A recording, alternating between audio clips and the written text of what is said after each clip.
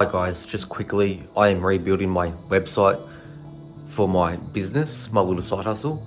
So I thought I'd just record the process of how to host your own website from start to finish, all the way from the virtual machine until the end result. So stick around and get your own website hosted.